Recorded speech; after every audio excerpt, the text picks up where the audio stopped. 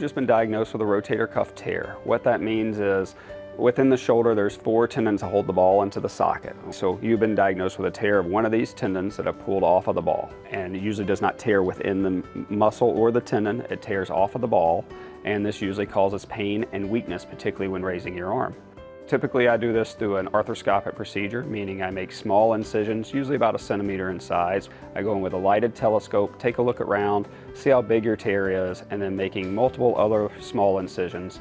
I use plastic or metal and plastic anchors, which are basically screws that have stitches coming out of them. These stitches go through the rotator cuff or through the tendon, and then I tie it back down to the bone. Typically we can get you back to the level of function you want to be at. So if you were already, say, playing golf and now you have shoulder pain, my goal is to get you back to doing that. However, with any surgery, typically we expect a little loss of range of motion, but I'd like your pain to be to a tolerable level and regaining the majority of your strength.